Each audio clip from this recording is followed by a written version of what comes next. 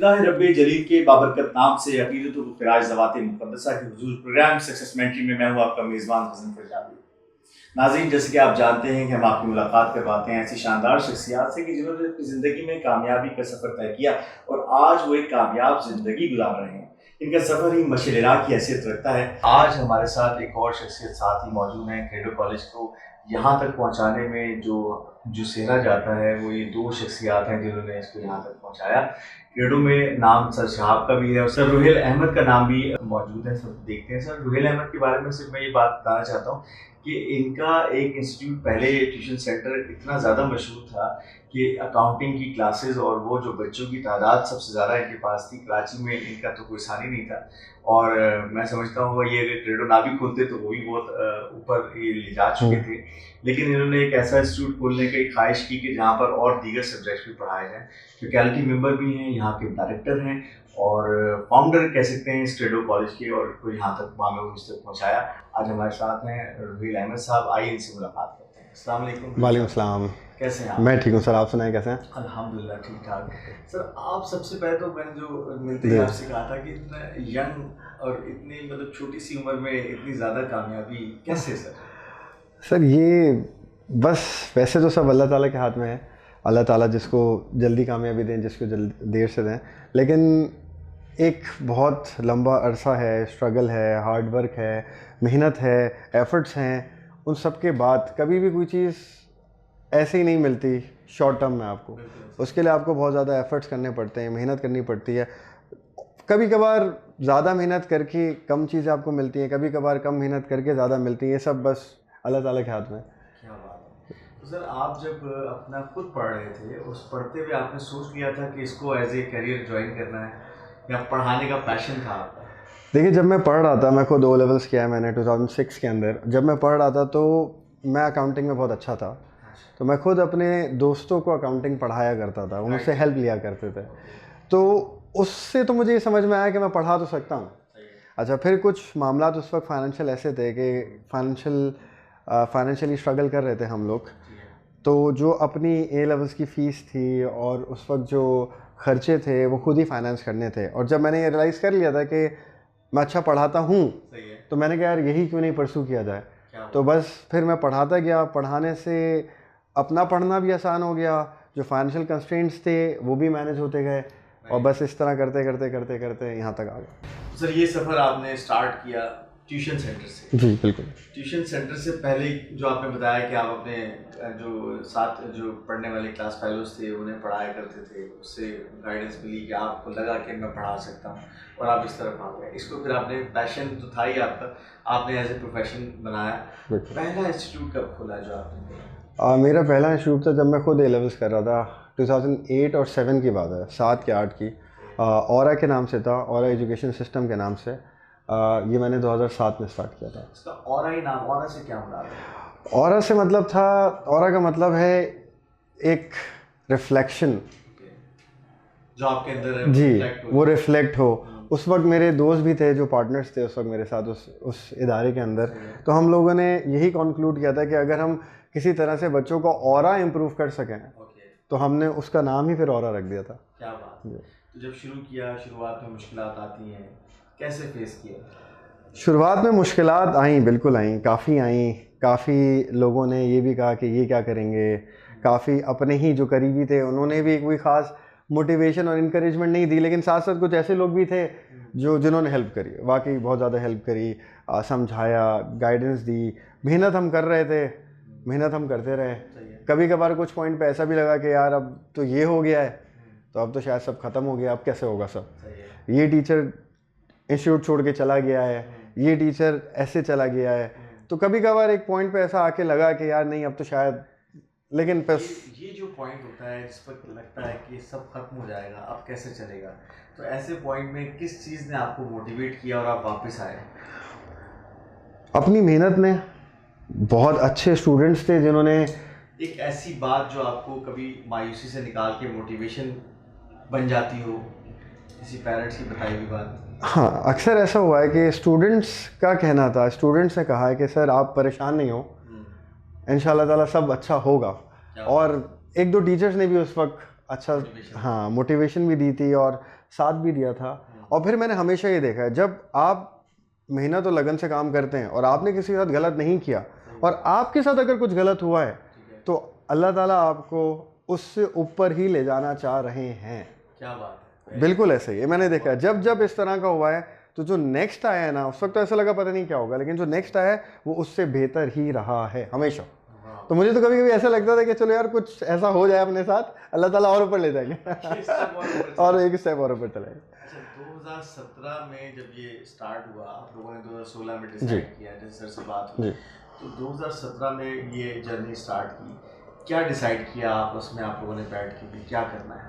हम लोग उस वक्त 2016 में हम लोग बहुत सारे A-लेवल कॉलेजेस में पढ़ा रहे थे ऑलरेडी, और हम लोग को ऐसा लगा कि उस वक्त ज़रूरत है एक अच्छे इंस्टीट्यूट की, थे ऑलरेडी ब्रिज के इस तरफ गुलशन के एरिया में, कि एक ऐसा इदारा और इंस्टीट्यूट होना चाहिए जहाँ पे हर सब्जेक्ट का एक स्पेशलाइज्ड टीचर हो, ठीक है, जिससे बच्चे ट्यूशन्स पे जा रहे हैं पढ़ने के लिए, और शाम का टाइम जो उनको अपने घर पे पढ़ाई में और पेरेंट्स के साथ लगाना चाहिए वो ट्यूशन्स में लगा रहे हैं। तो हमें चाहिए कि हम लोग ऐसा एक इदारा सुबह में बनाएं, ऐसा कॉलेज बनाएं जहाँ पे बच्चे ट्यूशन्स पढ़ने की उनको ज़रूरत ना हो, ठीक है, और साथ साथ स्पोर्ट्स फैसिलिटीज़, ग्रूमिंग, ये सारी चीज़ें उनको सुबह में ही मिल जाएँ।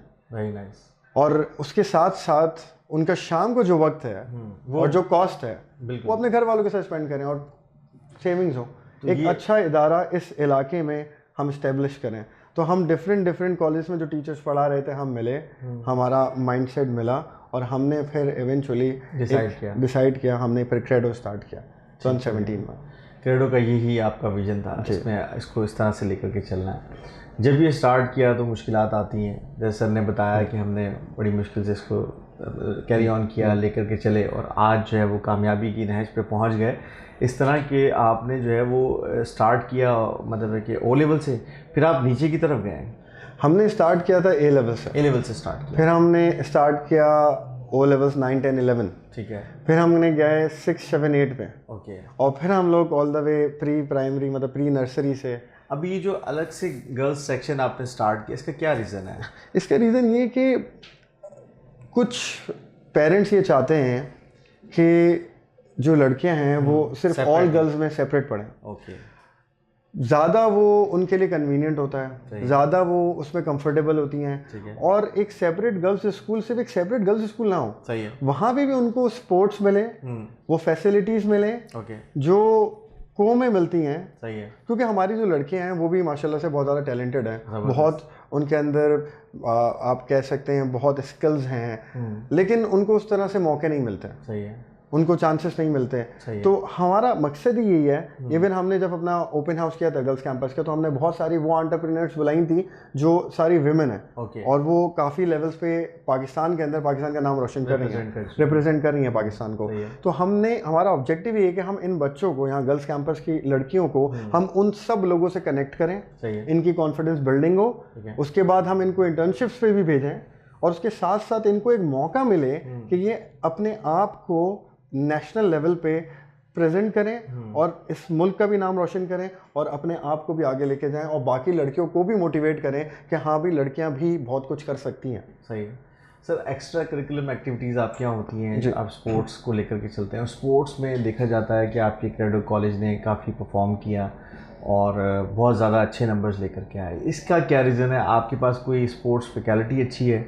आप कोई जो टीचर्स हायर करते हैं वो, उसके बारे में थोड़ा सा बताइए। देखिए, हम लोग कोशिश ये करते हैं कि जो बच्चे पढ़ाई में अच्छे हैं उनकी कोई फिजिकल एक्टिविटी भी होनी चाहिए। ठीक है, ना कि सिर्फ वो बच्चे जो स्पोर्ट्स में पहले से अच्छे हैं, सही है, वो बच्चे भी जो स्पोर्ट्स खेलना चाहते हैं इतने अच्छे नहीं हैं, हम उनको भी सिखाएं, और जो अच्छे हैं उनको ग्रूम करें, मजीद ग्रूम करें। तो उसके लिए हमारे पास अच्छे कोचेस हैं, ठीक है, जो नेशनल इंटरनेशनल लेवल पे पाकिस्तान को रिप्रेजेंट कर चुके हैं माशाल्लाह। वो सब आते हैं, वो बच्चों को सिखाते हैं, मोटिवेट करते हैं, और जब बच्चा देखता है कि हमें इनसे कोचिंग मिल रही है तो वो इंस्पायर होता है, उसका और परफॉर्म करने का दिल करता है, वो और मेहनत करता है, और फिर मेहनत करके बच्चे। अच्छी बात है कि आपने वो फैकल्टी यानी वो टीचर्स भी वो हायर किए हैं जो बाकायदा इंटरनेशनल परफॉर्म करके आए हैं, तो वो जब टीचिंग करते हैं तो बच्चों का एक जाहिर सी बात है उनका ये कि उन्होंने खेला हुआ भी है, खेलने के बाद उनका एक्सपर्टीज़ भी है, एक्सपीरियंस भी है और उस लेवल का एक्सपोजर भी है। सही है। तो कभी कभार हम लोग वो चीज़ें तो डिलीवर कर देते हैं लेकिन वो एक्सपोजर डिलीवर नहीं कर पाते बच्चों को। तो हमारा ऑब्जेक्टिव ये है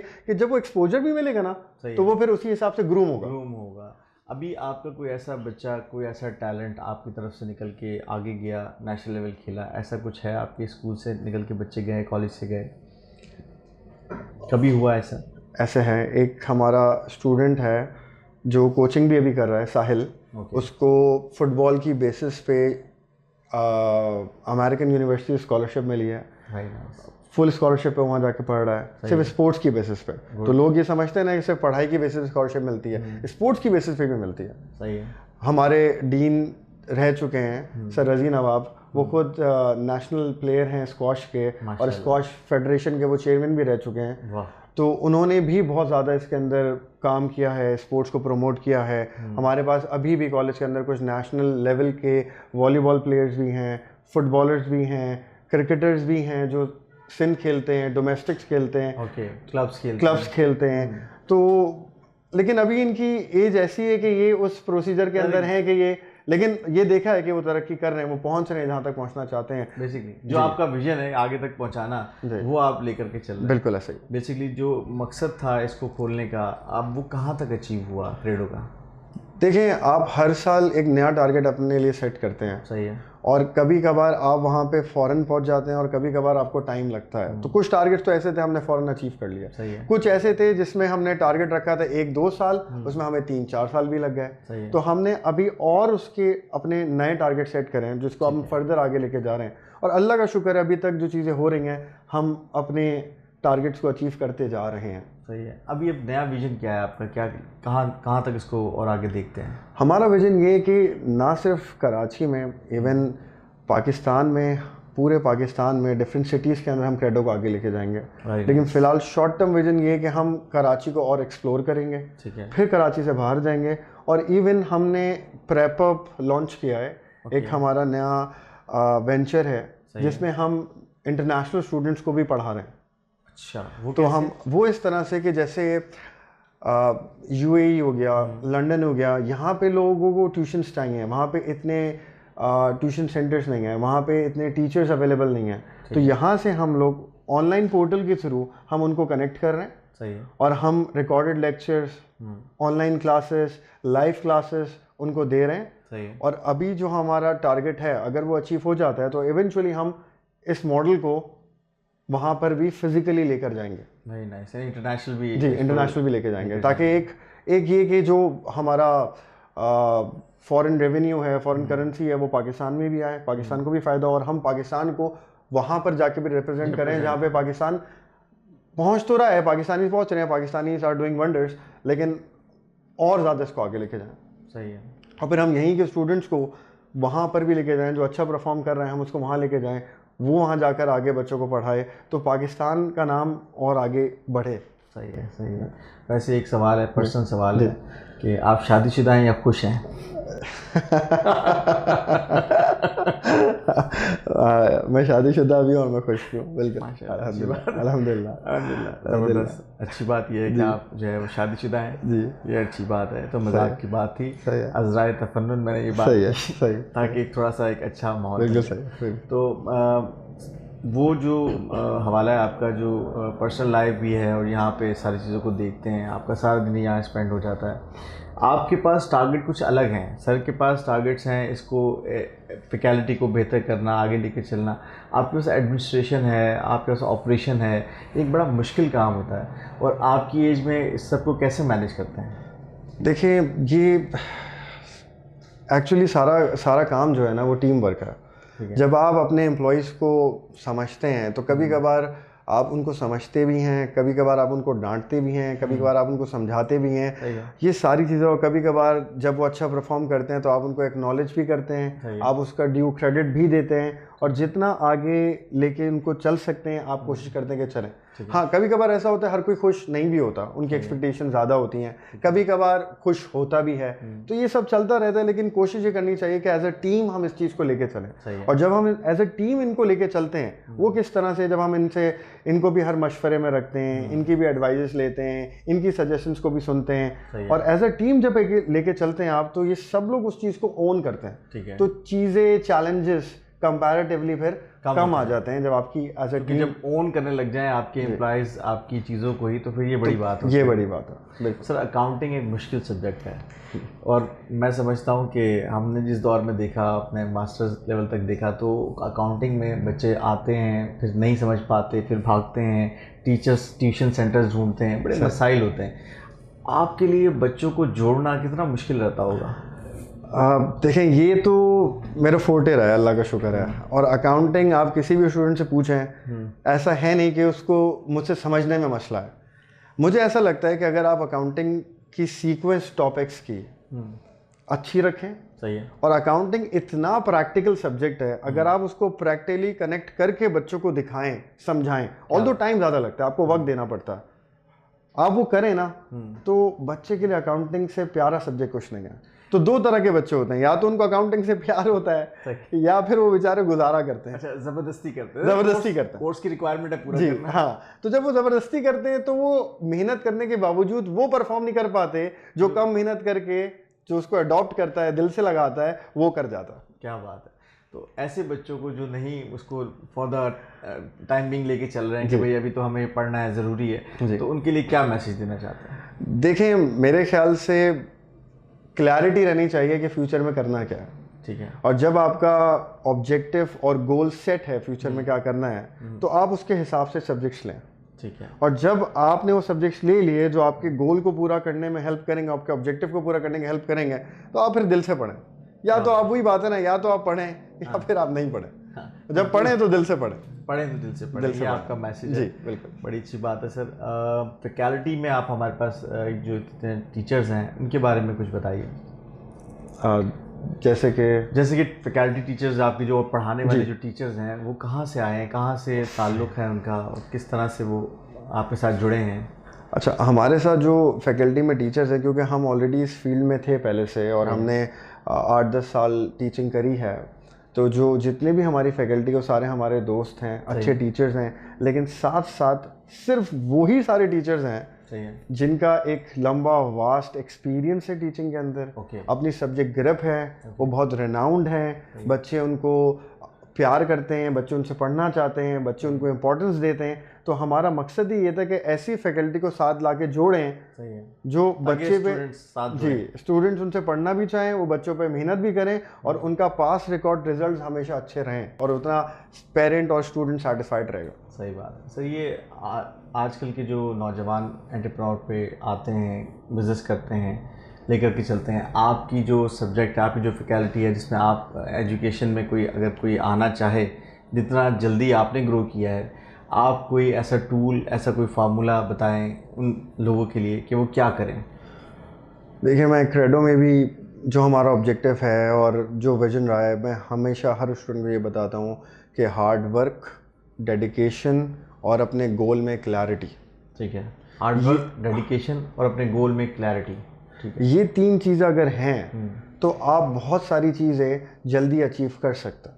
ठीक है, बनस्बत इसके अगर इन तीनों में से कोई एक आध चीज़ भी नहीं है ना सही, तो आपको टाइम लग जाएगा। तो आप बेशक पहले इस चीज़ पे टाइम लगाएं, सही है, गोल की क्लैरिटी पे, हार्ड वर्क पे, डेडिकेशन पे, आप इस पे टाइम लगाएं, इसको डेवलप करें, फिर जो चीज़ आपको अचीव करनी है वो जल्दी अचीव हो जाए, जल्दी अचीव हो जाए। बहुत ज़बरदस्त आपका मैसेज है सर। आपसे मिलके बहुत अच्छा लगा, दोबारा से मिलके बहुत अच्छा लगा। इंशाल्लाह फिर आपसे मुलाकात रहेगी हमारी, और इस उम्मीद के साथ कि आप अपना ख्याल रखेंगे, तो इंशाल्लाह फिर मुलाकात करते हैं आपसे।